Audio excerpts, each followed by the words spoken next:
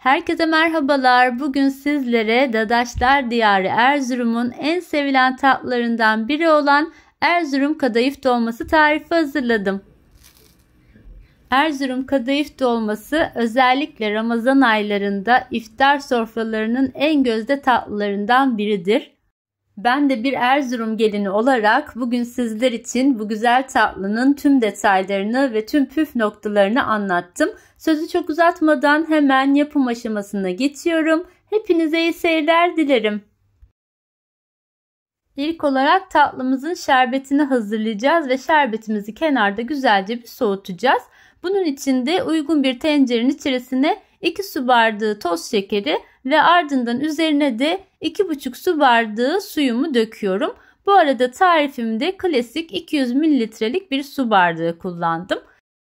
Şerbetin suyunu ve şekerini ekledikten sonra şöyle küçük bir parça limonu da içerisine sıkarak ve sonrasında limonu da içerisine ilave ederek şerbetimi güzelce bir karıştırıyorum ve sonrasında ocağımın üzerine alıyorum. Şerbetimizin çabuk şekerlenmemesi için de şöyle ocak üzerine aldıktan sonra da şeker erinceye kadar karıştıralım ve ocak üzerinde kaynamaya başladıktan sonra orta ateşe getirerek orta ateşte yaklaşık 20 dakika boyunca şerbetimizi kaynatalım. Şerbetimiz koyu bir kıvamda olacak. Böyle çok akışkan bir şerbet yapmayalım. Şerbetimiz kenarda soğurken biz de bu arada tel kadayıflarımızı hazırlayalım. Ben bugünkü tarifimde 500 gramlık tel kadayıf kullandım. Yufkacıdan temin etmiş olduğum tel kadayıflarımı öncesinde şöyle elimle çekiştirerek güzelce bir havalandırarak açıyorum. Kadayıfın içerisinde varsa sert bölümleri onları da güzelce elimle açtıktan sonra bir tepsinin içerisine yerleştiriyorum. Yalnız bu aşamada dikkat edelim, kadayıfları da çok fazla böyle kurutmayalım. Üzeri açık bir şekilde uzun süre beklerse kadayıflar kuruyacaktır. Şöyle ben güzelce havalandırdığım kadayıfların üzerine bir poşet kapatıyorum. Sonrasında da bir mutfak örtüsü örterek kenarda bu şekilde bekletiyorum. Havalandırmış olduğum kadayıfları kenarda beklerken ben de şimdi cevizlerimi hazırlayacağım. Bu tatlının içerisinde kullandığımız cevizlerin iri kıyım olması gerekiyor. Yani incecik dövülmüş cevizler kullanmayın. Ben de bir kase kadar cevizi kesme tahtasının üzerine alarak ve üzerinden bıçakla geçerek bu şekilde iri kıyım halinde hazırladım. Şimdi sıra geldi kadayıf dolmalarımızı sarma işlemine. Bunun için de havalandırmış olduğum tel kadayıfları şöyle elimin üzerine doğru sarkıtarak alıyorum.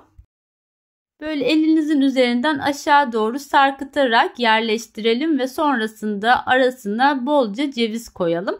Ceviz koyduktan sonra uç kısımdan içe doğru ve kenarlarını da yine içe doğru katlayarak çok sıkı olmayacak şekilde saralım.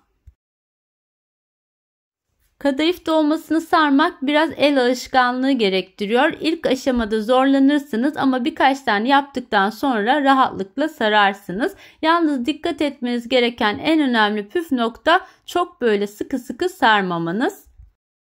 Eğer tatlınızı elinizde saramıyorsanız bu şekilde kadayıflarınızı tezgah üzerine sererek de yine aynı şekilde sarma işlemini gerçekleştirebilirsiniz. Bu arada kenarlarından etrafından saçak saçak kadayıflar gözükecektir ama sonrasında yumurtaya bulayacağımız için bunlar tamamen kaybolacaktır. Ben bugün kadayıflarımı böyle çok ince uzun olarak sarmadım. Daha böyle tombul küçük porsiyonlar halinde sarıyorum. Eğer sizler daha böyle ince uzun sarmak istiyorsanız kadayıfları bu şekilde serdiğinizde daha geniş enli bir şekilde sarın ve kenar kısımlarını da toplayarak güzelce sarma işleminizi tamamlayın. Cevizinizi de ne kadar bol koyarsanız lezzeti de o kadar güzel olacaktır. Kadayıfları sararken cevizi gördüğünüz gibi en uç noktasına koymuyorum. Üst kısımdan biraz boşluk bırakıyorum ve sonrasında bu boşluğu üzerine katlayarak ve kenarlarını da toparlayarak sarma işlemini gerçekleştiriyorum. Kadayıf dolması yapmanın en zahmetli kısmı sadece bu sarma işlemi. Ben de sizler için birkaç tane yaparak gösteriyorum ki ne kadar kolay olduğunu da bu sayede görün. Şöyle yine elime alarak tekrar bir tane daha sarıp son kez size göstermek istiyorum. Elinizle sararken gördüğünüz gibi cevizi çok uç noktaya koymadım. Üste boşluk bırakacak şekilde ve sonrasında onu da üzerine doğru katlayarak ve kenar kısımlarını da yine kenarlarında toplayarak bu şekilde sarıyorum. Evet, tüm tel kadayıflarımı bu şekilde sardım ve Erzurum kadayıf dolmalarımı hazırladım. Sıra geldi saklama işlemine. Ramazanda yine iftarlarda tüketmek üzere önceden hazırlayarak böyle buzlu kaplar içerisinde muhafaza edebilirsiniz. Dilerseniz buzdolabı poşeti içerisine de yine sıralayarak dondurucu kısmında uzun süre bu tatlılarınızı muhafaza edebilirsiniz. Sarmış olduğum kadayıf dolmalarımın bir kısmını böyle dondurucuya kaldırdım. Kalan kısmını da bugün sizlere kızartarak göstermek istiyorum. İlk aşamada 3 tane yumurtanın içerisine biraz süt dökerek güzelce yumurtalarla birlikte sütü çırpıyorum. Bu çırpma işlemi çok önemli. Güzelce böyle iyice 2-3 dakika boyunca çırpmanız gerekiyor. Yumurtalı süt karışımını ne kadar uzun süre çırparsanız tatlınızda o derecede yumurta kokusu olmayacaktır. Yumurtaya buladığım tatlılarımın fazla yumurtasının akması için de şöyle bir mutfak örtüsünü katlıyorum ve üzerine de borcamımı böyle yatay bir şekilde yerleştiriyorum. Bu sayede yumurtaya buladığım kadayıflarımın fazla yumurtası da aşağı doğru süzülmüş olacak. Evet, bir tane sarmış olduğum kadayıf sarmamı aldım ve yumurtanın içerisine böyle daldırmadan üst kısmında sadece ince bir tabaka oluşturacak şekilde kenarlarını ve üst kısmını buluyorum.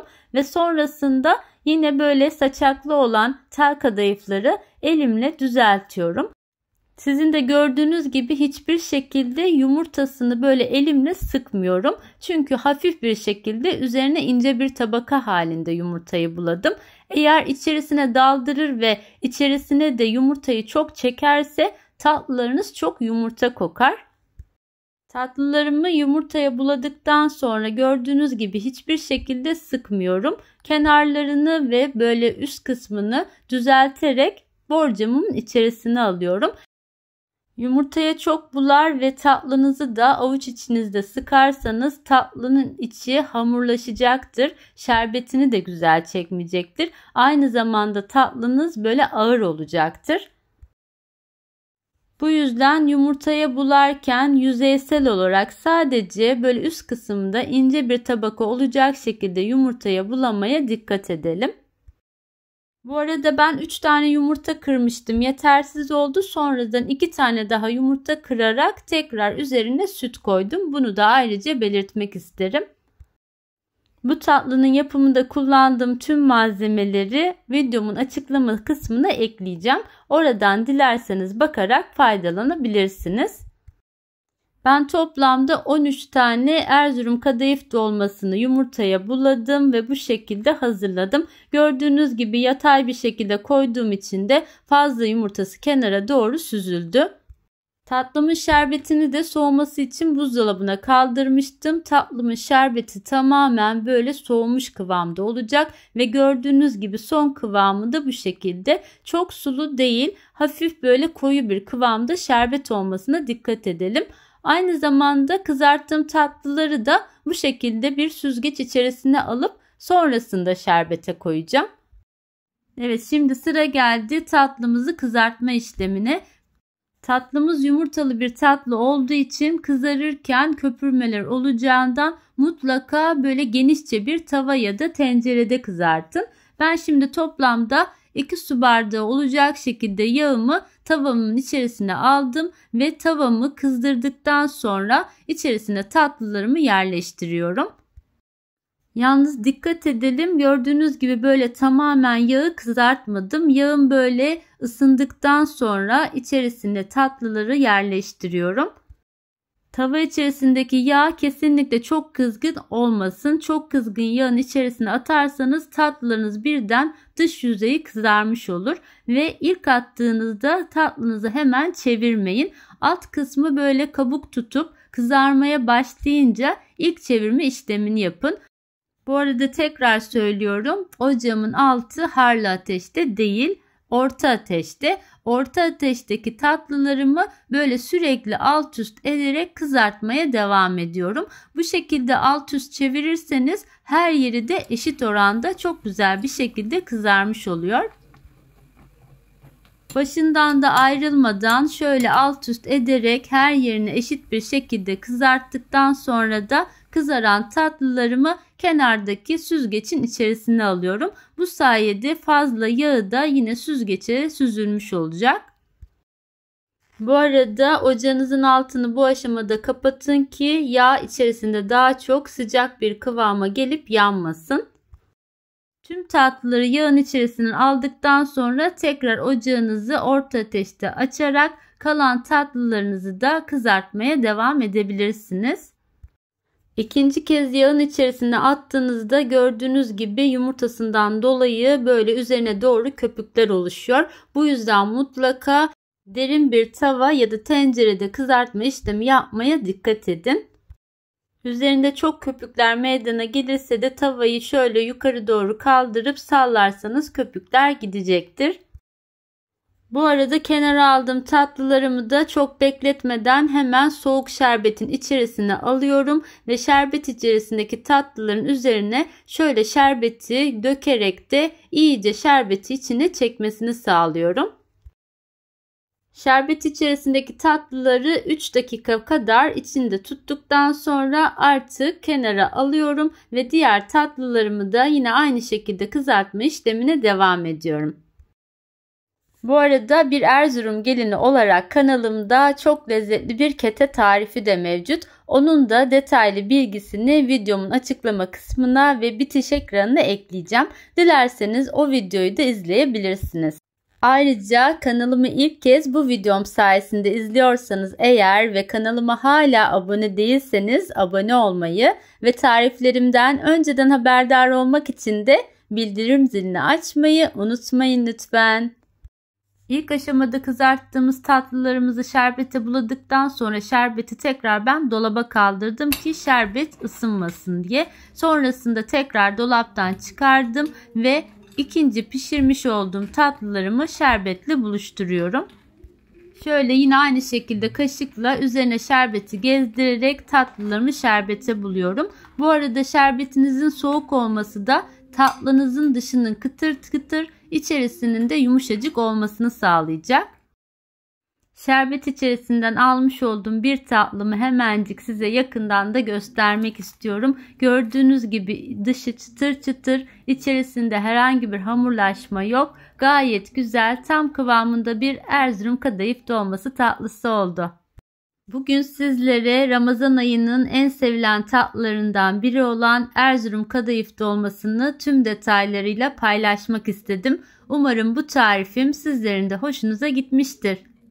Tarifim hakkında varsa sorularınız, görüş ya da önerileriniz yorumlar kısmına bekliyorum. Tarifimi deneyecek olan herkese de şimdiden afiyet olsun diyorum.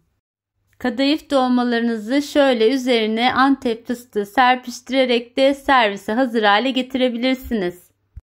Sizler bu güzel tatlımın son halini izlerken ben de sizlere veda ediyor olacağım. Bir tarifimin daha sonuna geldim. Beni buraya kadar izlediğiniz için hepinize teşekkür ediyorum. Başka güzel tariflerde yeniden görüşmek üzere. Hoşça kalın, sağlıcakla kalın.